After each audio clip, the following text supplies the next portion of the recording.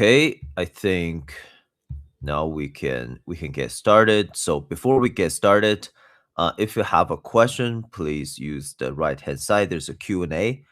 Submit your question through the Q&A, or you can just type in chat. I'll go through the chat too.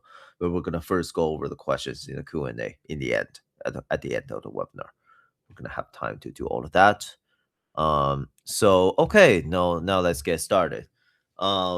So today's topic is updates with real-time analytics, and we're going to talk about the architectures that is able to achieve this kind of like 5-second data freshness directly on top of your columnar storage sitting on S3 object storage. My name is Sida Shen. I am a product manager at PhoenixAI, also a Star Wars contributor. Now let's get started. So first, let's take a look at the agenda. So first, we're gonna take a look at the use case, right? So why data change, and why most of the workloads are not append only. And then we're gonna take a look at what an update cost for an analytical database, and why is it so difficult, for a lot of the vendors, a lot of the solutions on the market to achieve this. And then we're gonna look deeper into the architecture that solve this problem at scale. Is achieved around 5 second data freshness on data that's persisted on an object storage such as AWS S3, so on a shared data architecture. And then some of the work we've done to bring this architecture to production. And we're gonna look at two use cases from actual production systems there as well, and also some of the deeper optimizations that we did and our testing philosophy as internal, right? Okay, so first, data change, right? Data change, and almost nothing is append only, right? Apart from logs or click streams, or website traffic data, or any kind of traffic data, right? And everything else is on a table that changes, right? Such as things such as payments, orders, inventory status, valuations, shipments, and all of those, right? And evaluation scores and everything, right? And for example, like marketing intent scores, all of the things you calculate, everything changes, right?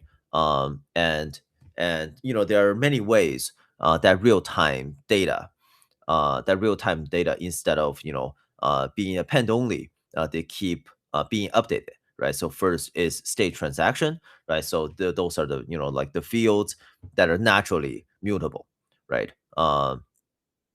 Such as any kind of status, right? And second is your corrections and backfills, right? If you have things you want to change manually, that's an update there, right? And also that's human edits.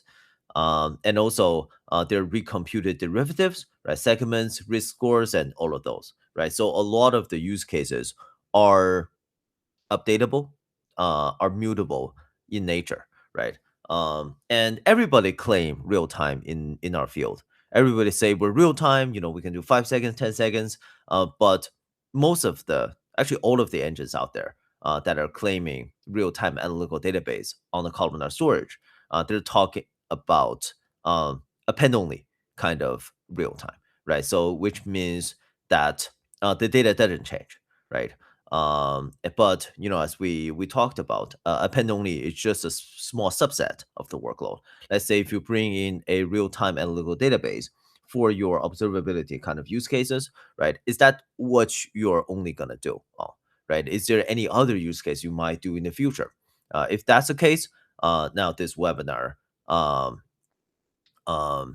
it's gonna be very useful for you, right? Because we're gonna talk about updates, right? And not if your solution doesn't support real-time updates, so then you have to sacrifice your freshness, right? And staleness costs a lot for you, right? A stale state for a lot of the use cases is a wrong number, right? Because it's too old, right? And for a lot of the customer-facing, applications that directly serve your analytical capabilities to your customers, right? The number of the screen, it's the result is a part of the product, right? And you don't want it to be wrong, and you don't want it to be stale, right? And also, a lot of users are using us, using real-time analytical databases as to support their data agents, right? To support their agentic kind of workload. And agents, they just act regardless of thinking, the data is right or wrong. They trust the data blindly, right? Regardless of the freshness. So this the decision window in that kind of use cases is second wide. So it's even more important, for agentic kind of use cases. And on the right hand side is Coinbase. It's one of the example. We learned all of this through our customers. And they demand everything streaming, right? For Kafka, and their data freshness requirements are always in the low seconds, single digit seconds, both for their customer facing like workloads and also for their AI agents. So what an update costs, and why is it really difficult, for analytical databases to do? Because in columnar storage, that analytical databases use to optimize read, because when you do an analytical query, it's always grouped by some kind of column, right? So it's always you're always reading by column instead of reading by row, right? So we all use columnar storage, and columnar storage to update rows into columnar storage is extremely difficult. And in columnar storage, there's basically nothing such as in place update, right? So basically, you open a file and you slide that new row in, delete one row, and then close that. It doesn't happen, right? So it's always it's always writing a new file, right? So for append only and for update use case, it's very different, and we're gonna show the update with some example with Apache Iceberg, which everybody probably more familiar with, right? So for append, basically write a new column file, columnar file, and you commit, right? And nothing else changes. If the new commit is small, right? So you have many files, so you just do a background compaction, and then you're okay, right? But for update, it's a whole different story, right? So you need to find out which file holds the row you want to delete, if it's an update or a delete, right? And or you rewrite the entire file, right? That's copy on write, or you record a delta, which is merge on read, right? So those are like the standard approaches. We're gonna talk about a little deeper in the next 2 or 3 slides. Copy on write, basically, it's you're putting pressure on the right side, and merge on read is basically the delta. You have to either do that through compaction, or you do that while doing query on the fly, which if your compaction don't catch up, which is most of the time, right? And that's expensive for read. And then you reconcile, old and newer versions through compactions, compact the leftovers, right? So mainstream manager, choose you where to pay, right? So either really amplify the write, or you really amplify the read, right? So for example, let's take a look at Apache Iceberg. Apache Iceberg has two modes of updates: copy on write, or merge on read, right? So copy on write basically is you locate where that row is sitting, and then you just basically rewrite the entire data file, right? Through doing in a new snapshot when there's a new commit that come in, right? Update, it's very slow because data freshness is going to take a big hit, because this process is extremely expensive without any index, right? And ingestion becomes file rewriting, so you sacrifice a lot on the freshness side, but the read side stays clean, right? So the read side is still you get the same kind of performance if nothing was written, nothing was updated, right? And then to get better data freshness, you basically try to move the pressure from the right side to the read side, right? So basically a merge on read, and this is basically the standard of how to do real time updates in the real time analytical database lakehouse kind of field, right? So basically, instead of like touching the data file, you basically write delete files for your deletes and updates. You pull out all the deletes and write them into a deletion file, right? And then and then you write the new file into the new rows into new files, right? And then in Apache Iceberg, you basically you do a delete compaction, and then it compacts everything into one, right? And the problem is, the write is cheap because you don't really do anything with the write, but the backlog is really gonna grow. The compaction never keeps up. So if you tune your data freshness low enough, it's gonna hurt your query performance, right? So copy on write is a high write cost, low read cost, but freshness, it's not really that good because the right side is very expensive. Merge on read, the write cost is very very low. You have a delta file, and the read file is the read cost is very very high, right? Because every query needs to merge by a key, and also it stops your zone map filtering, your stops all of your predicate pushdown, and everything, right? Seconds on paper, but it really degrades your query performance. Oh, this is what I just talked about, right? Why merge on read breaks? Is the delete files accumulates, and the compaction never fast enough to catch up with the read. So your query performance really takes a hit when your data freshness is tuned too low and the volume of update is high. The table is high, too many tables, or your hardware is not keeping up. Right, this is really case by case. But in production, we see Apache Iceberg very challenge. It's very challenging to get Apache Iceberg into the low single digit minutes. And for other a solution that use a NVMe drive to persisted data, for example, like open source ClickHouse, it's very difficult to get at that like below 2-3 minutes of data freshness without impacting query performance. So that's why this talk exists, right? So the architecture that works. That's why partially the reason why we built the Star Wars project and why we founded PhoenixAI. A really big part of our effort was to fix this update problem with real time analytics, right? So let's look at the requirements of what we try to accomplish, right? So we want less than 5 seconds, which this is what the user is asking. That's kind of not negotiable, right? And we want to do that on the columnar storage.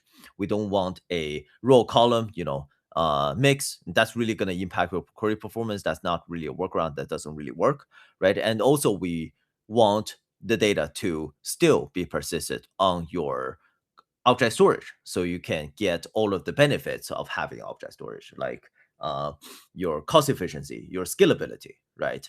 And everything that comes with AWS S3, like storage, right? And it's very difficult to do, right? First, we already talked about columnar files are basically immutable. It's too expensive to change in place, and also for data to live on the object storage, and also to update that every 5 seconds, commit every 5 seconds, that's very difficult because object storage are known to be slow. One read into object storage it's in the hundreds, can be in the hundreds of milliseconds in terms of latency, although the throughput is big, but the latency is very high, right? And we want the update to be visible in a few seconds. And none of the current framework, the current architecture works. Merge on read nor copy on write. Either they're fast enough in terms of write, but impact query performance too much, or you're just too slow to do, right? So, and we invented this delete and insert kind of strategy, right? And PhoenixAI directly run this kind of mechanism on top of shared data architecture. I'm going to talk about that in the next few slides. And first, let me introduce PhoenixAI. And it's the one SQL layer and real-time analytical database over all of your real-time historical data, right? So first promise we give is it's very fresh, right? So mutable data becomes queryable within 5 seconds, right? Through our primary key table, which we will dive in a little deeper in the next few slides, right? And with native streaming, Kafka and Flink integration, right? And also it's fast. It's built to serve real-time customer-facing like use cases. It serves your sub-second SQL at 10K plus QPS, right? And also it can run all of the multi-table joins, not only the single tables, the multi-table joins on your normalized schema, and that's scalable horizontally, right? So you can just add more nodes and scale not only your single table performance, but also your multi-table performance, right? And also it runs on a BYOC architecture. So it runs in your AWS, Azure, and GCP account, so you own the entire data and compute. So we don't really see anything. We have a maintenance kind of layer that's in our VPC. And all we see are some of the telemetries, not your data, not anything else. And also all of your data is encrypted anyways, right? And also, everything about PhoenixAI is shared data. We think shared data is the only way to go. This is the only correct way to solve database problem today, right? So it unifies your real time and historical data, minimize your data movement. So basically, if you have your Apache Iceberg, your Delta Lake tables, if that's your single source of truth, that's living on S3, right? You just keep it there. But if you have the data that you need better freshness, better than what Apache Iceberg and Delta is able to provide, right? We do have our internal table format. It's a primary key table format, which we're gonna go into deeper in the next few slides, and that's gonna give you streaming mutable data, 5-second data freshness directly through here. So this little box right here on the lower left is what we're gonna focus on in the next few slides. So instead of um, reconciling all of the updates, through a compaction that never actually finishes and impacting query performance, we decide to pay for the update at right time, right? And to keep it at right time, it's very difficult because the first thing is we need to locate wherever that row sits inside of storage, right? So that's why we build a primary key table, which is powered by a primary key index, right? So the primary key index basically hashes the primary key columns, right?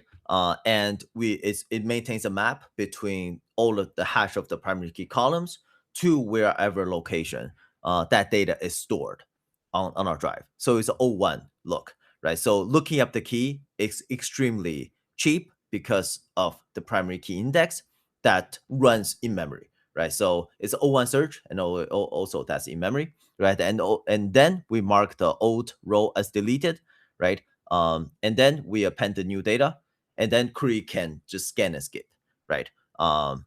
Skip the deletion vector, right? So that's very fast, right? So the write cost is very bounded because we have a constant time lookup powered by a index, right? That's persisted in S3 but ran inside of our memory, right?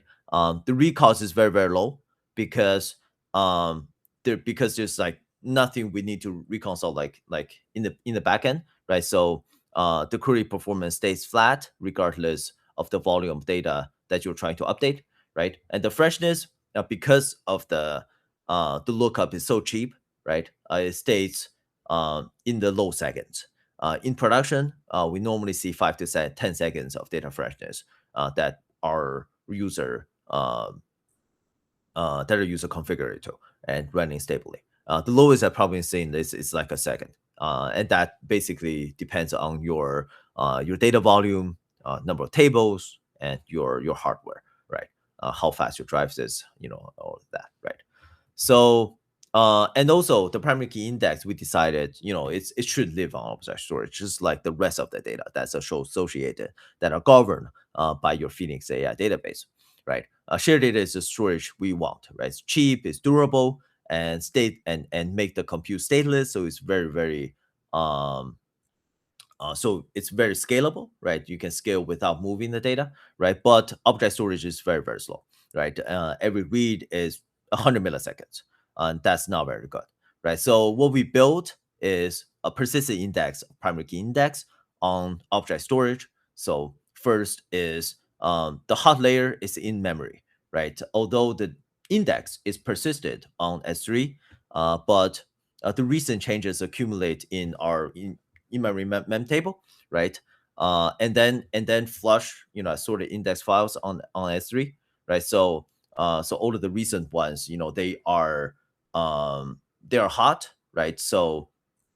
And most of the updates happen to the recent one anyways, right? So this keeps update really fast.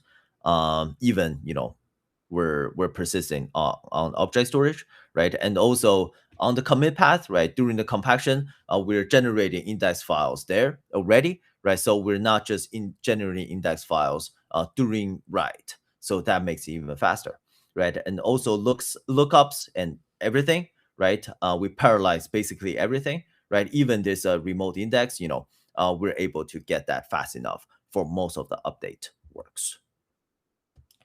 And with a primary key index and resolving everything at right time, so there is never a the merge tags for merging your data, right? So the indexes still work, right? Not like merge on read, and the predicate pushdown still work, and all of the filterings, like zone map, they still work, right?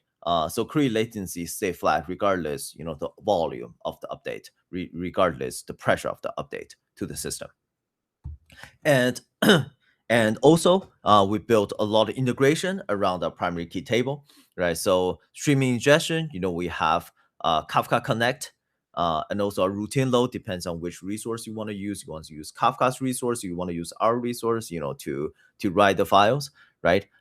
We have the Kafka integration, and we have integration for Flink CDC, right? And also we build other things, that are possible now with primary key tables. So first is partial column updates. If you only want to update, part of the columns, you can do that very quickly. And conditional update, right? So you can update and you have some sort of a compute logic inside of that, right? So do some very lightweight transformation on there, right? And what we typically see in production is the ETL pipelines, they were running on Snowflake Databricks that were 2 to like 24 hours, now running under 5 seconds in terms of data freshness on PhoenixAI. So what the cost goes, right? So the whole thing is not free, right? So the right path pays an index lookup, right? That's kind of cheap, right? And also the deletion vector and the primary index memory and persistence, and that there's some overhead. And also the compaction, that's always there's not never gonna go away, right? And bringing this to production requires a lot more work than just this simple architecture, right? And now the next section, we're going to talk about how the philosophy, our testing philosophy, and some of our recent work to really make this work in production to get that kind of 5 second data freshness, right? So first, this is what we want to look at. We don't want to look at averages because one slow write can really hinder not only that one row of data, it can hinder the entire cluster. It can make the query slow and everything else slow, right? So we want to look at P99, and this is always a thing that we try to optimize. Especially, most of our customers are running Phoenix AI for their customer-facing use cases, right? So this is their most important metric to look at, right? So basically, we developed a benchmark suite that's internal, right? That has thousands of tables at this point, right? And one transaction per second for each of the table. Some of the tables have billions of rows, right? Um, and we measure and then we look at the bottleneck, we fix the bottleneck, and then we loop again, right? So this thing will be running for quite some time now. And here are some of the things that we're able to fix, right? So first is the tablets. If I have too many tablets, that puts too much pressure on the metadata, and also slow down writes. And now we support tablets that are 100 times bigger. And now we also supported with the bigger tablets. We supported parallelism inside of each tablet, right, to make it fast. And also before, when the index files are generated on the fly through through the ingestion process, right? But running things on shared data, that's not fast enough, and now it's done like pre-built through like compaction process, right? Before, they're 20 seconds kind of worst case, and with the recent release with PhoenixAI 4.1, we can get uh around 5-second P99. And that's in our benchmark. We can get a sub-second P99, at roughly 1 million rows per second sustained, in our benchmark suite. Okay, so here is an actual production use case of an e-commerce seller, right? Before they were on PhoenixAI, not 4.1, and now they're on PhoenixAI 4.1, with all of the optimizations that we just did. Their production, um, um, P99 write time dropped from tens of seconds down to 5 seconds, stable, right? And they have some of the most like crazy use cases I've ever seen, right? So they do backfill of history. There's a lot of updates throughout many partitions, right? And they have month ends, reinstatement, cancel, and reissue events, on old partitions, not even the hot ones, the old ones. That's the most difficult for us, right? Uh, and and audit rules, and there are like deletes that happens, throughout the entire their process. So there's not really a hotspot, in their kind of scenario, right? So this is one of the more challenging use cases, and we're able to get the right time P99 down to 5 seconds. And this is difficult, and this is big, right? Fanatics runs the same pattern as 6 petabytes. They have a lot of customers, a lot of stores, a lot of products, and a lot of analytics to do, right? They run around 1 billion events a day, 100,000 events per second, and around 800 load jobs into one cluster at the same time, right? Before they were on Apache Druid and Snowflake, Apache Druid didn't do real-time updates at all. Actually, it didn't even do updates at all, so that was not really working for them for a lot of the use cases. And Snowflake was just too slow and too expensive, right? Then they moved to PhoenixAI, and they were able to fully retire Apache Druid and drop their Snowflake usage down by 95%. And with that 95% of the workload, they experience around a 90% cost saving, and some of that is from the less pipeline they have to maintain, the pre-computation pipelines, and a lot of that is just performance gains. Okay, so and also now they run everything in real time, and also with all of the workloads that with the updates and deletes.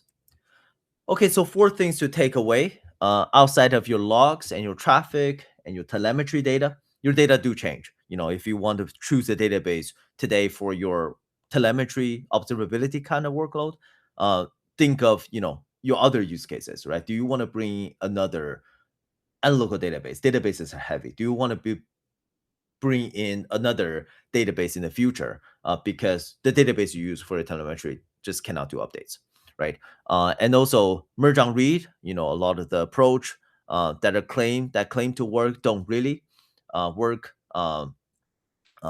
beyond minutes of freshness, right? And also this is our architecture, right? So time uh, right time reconsolidation, for the updates, with a Power BI index, you can do 5-second data freshness. Okay, so that's all I have. Please give Phoenix AI a try. You can go to cloud.phoenixdata.ai for a 30-day free trial. No credit card required. And if there's any question, I would love to address them right now.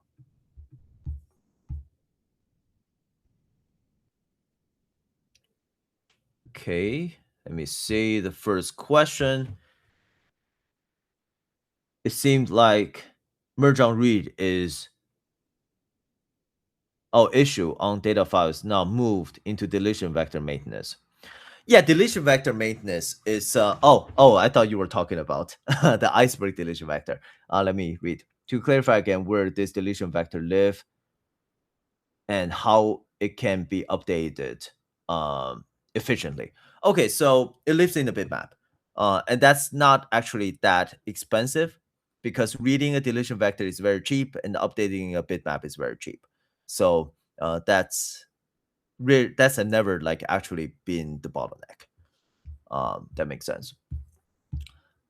Next question. Let me put it on the stage. I agree that shared data mode feels like the future, but one common issue we see people struggling with is how to control query parallelism. In share nothing, tablets get replicated.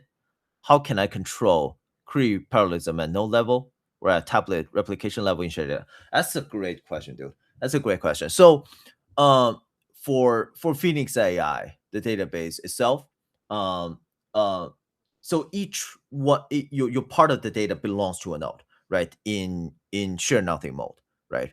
And that's still the same case for share data. They just all live in S3 right now. And when they being brought into the cache that we have, to accelerate query performance, they still, they belong. Like the relationship between the node and the data is still stay the same. So everything stayed the same. So parallelism still stays the same. It's just a matter of fact that now we have cache right now.